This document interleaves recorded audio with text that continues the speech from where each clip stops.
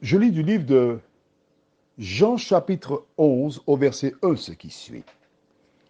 Il y avait un homme malade, Lazare de Béthanie, village de Marie et de Marthe, sa sœur.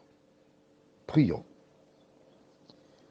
Seigneur, nous allons découvrir à travers ce chapitre de Jean chapitre 11 une histoire qui nous révélera plusieurs vérités. Merci, ô Dieu, de nous vider de nous-mêmes afin de recevoir ta sainte parole qui rend sage à salut. Merci de nous entendre, de nous exaucer. Nous t'avons prié au nom de Jésus et pour ta gloire éternelle. Amen. Jésus avait des amis, deux sœurs, Marthe et Marie. Il lui arrivait de séjourner chez eux où il enseignait celles et ceux qui recherchaient la connaissance, voulaient être sauvés. Un jour, Lazare, le frère, a été malade. La maladie fait partie de la vie.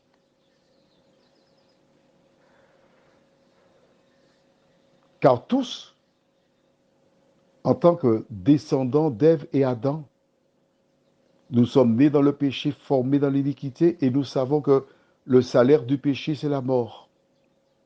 Mais le don gratuit de Dieu, c'est la vie éternelle en Jésus-Christ. Éternelle, c'est-à-dire que nous allons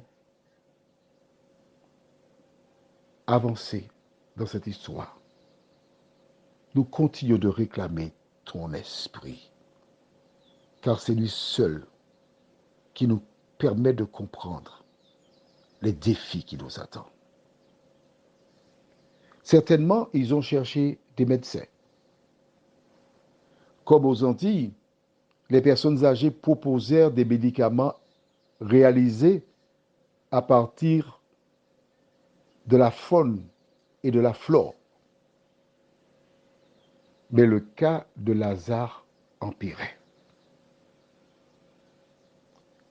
J'aime cette histoire parce qu'elle nous montre que cette famille avait un réflexe, celui que la plupart des personnes possèdent, chercher par nos propres moyens des solutions.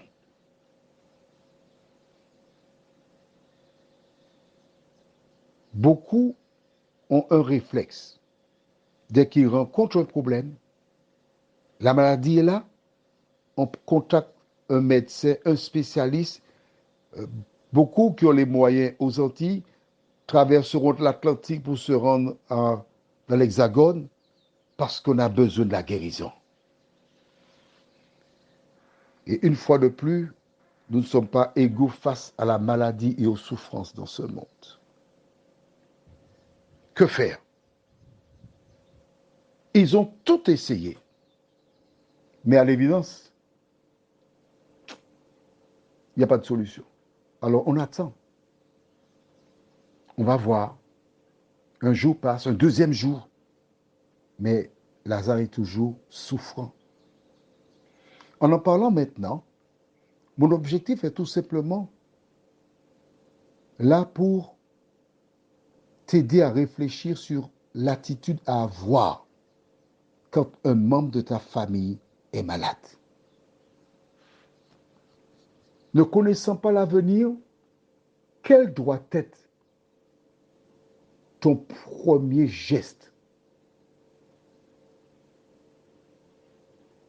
Nous le verrons prochainement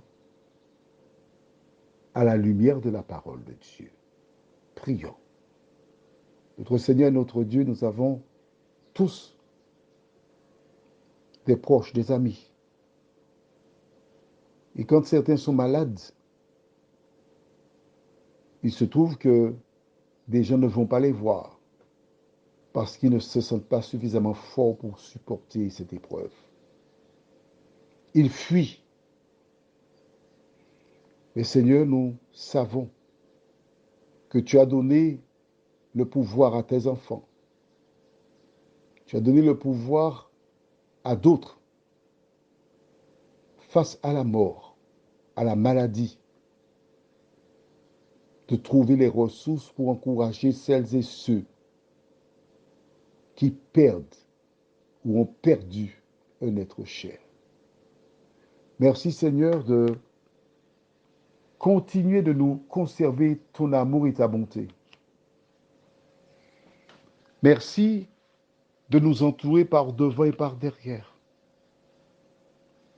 Merci pour la parole qui nous fortifie, nous t'en prions, au nom de Jésus et pour ta gloire éternelle. Amen. Je te souhaite de passer une bonne journée sous le regard de Dieu.